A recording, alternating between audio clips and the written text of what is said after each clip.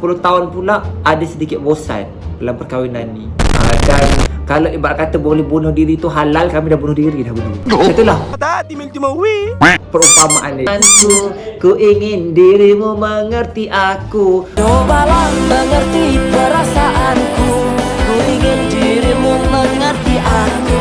Ku ingin dicinta, ku ingin dimanja agar kita bisa kekal bahagia. Cari kat situ.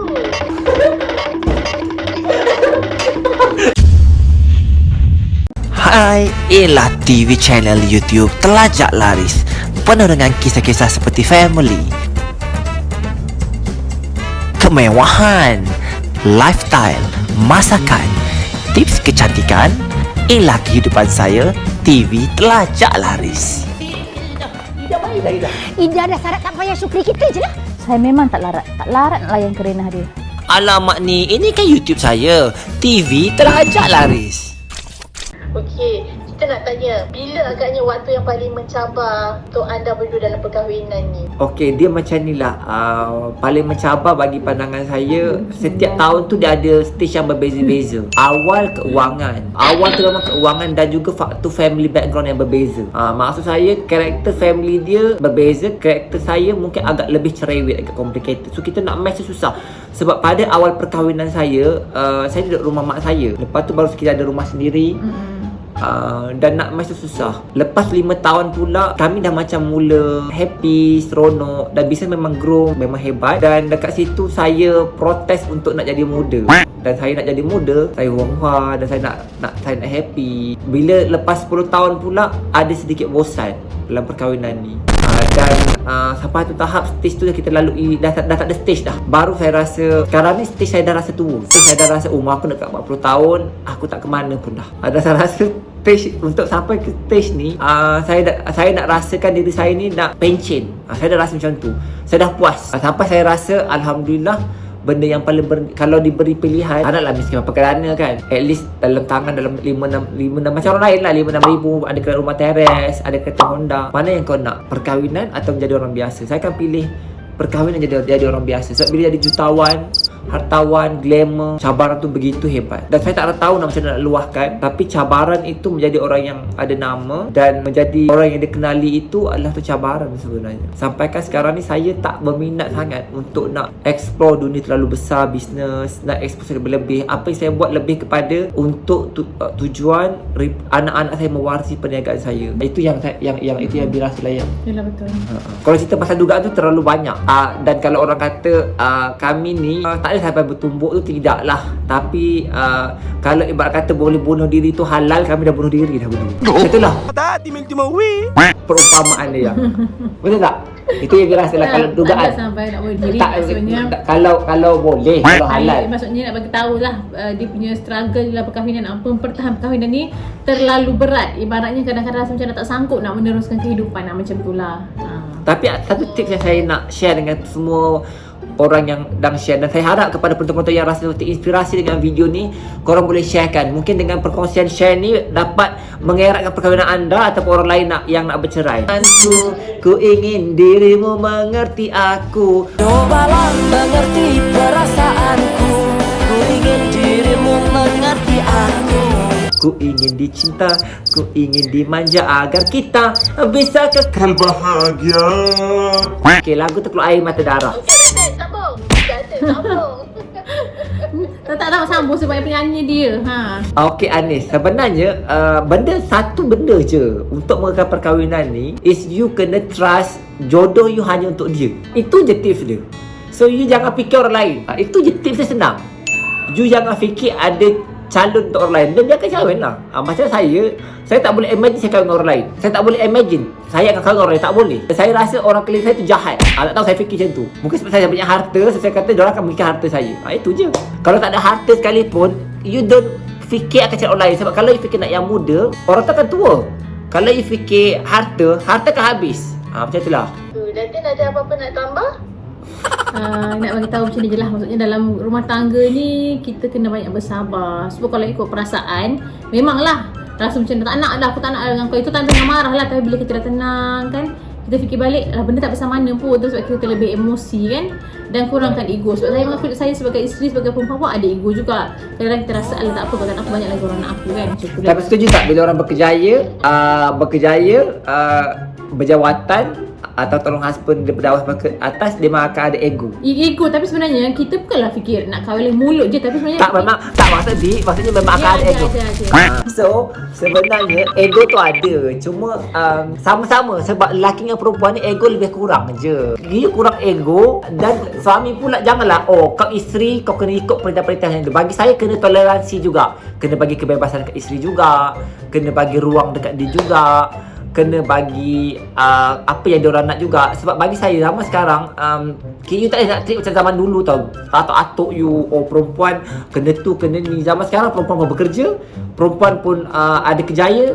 Jadi tak boleh macam dulu lah saya, bagi pandangan saya. Kita nak minta last lah Dato' dan Datin untuk bagikan sedikit mungkin nasihat kepada bakal pasangan yang nak berkahwin. Pertama sekali, apa sebenarnya yang mereka perlu cari dalam perkahwinan ni? Kepada semua pasangan yang menonton video ni, terima kasih kerana sharekan video ni, dan terima kasih kepada anda yang sentiasa menonton live jalan pengantin, dan terima kasih kepada pengguna-pengguna saya yang mungkin belum berkahwin lagi. Nasihat saya, perkahwinan ni adalah satu ending di mana you mencari pasangan hidup, dan carilah calon isteri itu untuk anda mencukupi diri anda. Mencukupi diri anda itu maksud saya untuk melengkapi diri anda. Jangan cari isteri itu atas dasar nak show off dengan kawan cantik, seksi ataupun ada harta. Sebab bila kita berkahwin ni, benda cantik jadi hodoh, wangi jadi busuk. Bila kahwin semua kau tak busuk lah, muka kau berkedut lah, dia akan jadi automatik. Kalau kita nak sibuk cari yang sempurna, kita akan kehilangan yang terbaik. Jadi dalam perkahwinan juga kita perlu ada perancangan lebih awal sebelum masuk ke fasa perkahwinan.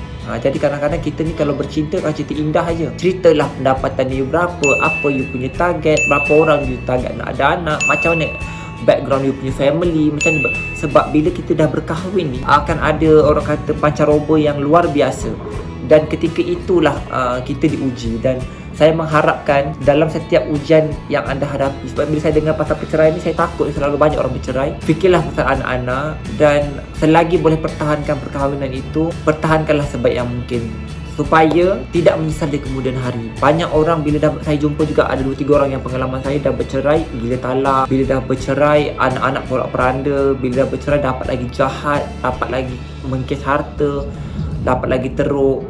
Dan saya mendoakan sebenarnya semua penonton-penonton saya, pengguna-pengguna yang menonton video saya ni, semoga perkahwinan anda dikekalkan sampai ke akhir hayat dan dirahmati. Dan setiap perkahwinan tu kalau kita niat yang baik, InsyaAllah akan datang yang baik. Dalam alam serba moden zaman sekarang ni, tak ada istilah suami didik isteri untuk menjaga isteri. Zaman sekarang both kena didik juga. Dan sama juga dengan didikan dan juga pasal duit. Dulu orang kata macam mana suami nak menafkahi isteri. Nafkah tu wajib. Tetapi daripada sumber keuangan sekarang ni, 80% rakyat Malaysia wanita dah berkejaya. Jadi wanita bukan second grade punya orang tau. Wanita ni dia sama je dengan lelaki. Cuma sunnah tak sunnah lah suami tak jadi pemimpin. Sebab tu kalau cerita pasal didikan, bukan isteri je perlu suami perlu didik isteri. Kadang-kadang isteri juga perlu mendidik suami dalam cara yang lembut lah saya rasa. So insyaAllah benda tu lagi praktikal. Sebab kalau kita terlalu ikut zaman Tok Kaduk dulu, benda tu berbeza. Sebab wanita ini adalah wanita zaman sekarang adalah wanita hebat bagi saya. Sebab kalau nak dibandingkan lelaki dengan perempuan lagi ada yang berkejaya. Dia juga ibu, dia juga rapat dengan anak, dia juga memasak. Dan bagi saya tanggungjawab dia mungkin lebih berat daripada lelaki sebenarnya. Sebab dugaan perkahwinan zaman sekarang, dia punya dugaan ni lebih melampau. Dari segi laman sosial, gadget. Lepas tu wanita lebih banyak daripada lelaki. Lepas tu pula dengan lebih terbuka zaman sekarang. Jadi saya menasihati, even saya sekarang kalau diberi peluang, walaupun dah berkahwin lama, perlu pergi ke kelas rumah tangga untuk memperbetulkan. Sebab manusia ni ya Anis, setiap tahun, setiap bulan adalah karakter berbeza. Contoh dulu aku jadi kerani, perangai aku berbeza. Aku jadi eksekutif, perangai aku berbeza. Aku jadi manager, perangai aku berbeza. Jadi kita ni kena gila diri kita sendiri, untuk kontrol diri kita supaya dalam rumah tangga ni dia keep maintain. Contoh, hari-hari benda basic, makan bersama dengan family. Kadang-kadang kita tak buat. Tapi benda tu lah yang menjadikan kita rapat. Contoh, isteri nak pergi kerja. Oh, aku berpangkat ni. Aku memang pergi kerja hari-hari, tak payah salam pun. Tapi benda tu wajib. Walaupun kau manager, kau kena salam aku. Itu adalah role. So dalam perkahwinan ni, kita tak ada guru besar. Yang guru besar ni adalah kita. Dan isteri pula mungkin tak boleh nak terima benda tu. Sebab tu kita kena berbincang. Sebab tu kalau kita cerita pasal perkahwinan ni, kita tak boleh nak treat perkahwinan kita sama dengan parents kita treat. Sebab bila you berkahwin, dua family didikan gabung jadi satu. So dia berbeza. Yang A kata didikan ni betul, yang B kata didikan ni betul. How to make it, this didikan make it satu dan tak bercanggah dan menjadi satu benda yang bagus. Benda ni, institut perkahwinan ni adalah sebenarnya sama je macam kerajaan. Kerajaan Malaysia ni sama juga dalam macam mana kita nak buat kerajaan ni kukuh. So parents ni, kita sebagai suami isteri kena didik. Contoh, macam saya lah dengan isteri saya bagi tahu dengan dia yang kalau isteri saya marah anak saya dalam tujuan kebaikan, saya takkan menghalang. Sebab bagi saya itu adalah tujuan didikan anak. Dan time makan adalah time bersama dengan keluarga. Dan saya memang memaksa family saya untuk makan dengan saya.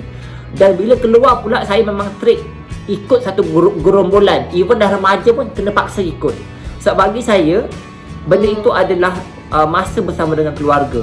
Dan benda tu perlulah dia praktikkan. Dan even kalau anak saya dah kahwin, saya memang akan praktikkan sebulan 2 kali wajib makan bersama saya. So saya akan panggil menantu saya, anak saya makan dalam meja besar untuk kita berjumpa. Itu kita kena berbincang each other. Dan barulah perkahwinan itu akan lebih bahagia, lebih tersusun.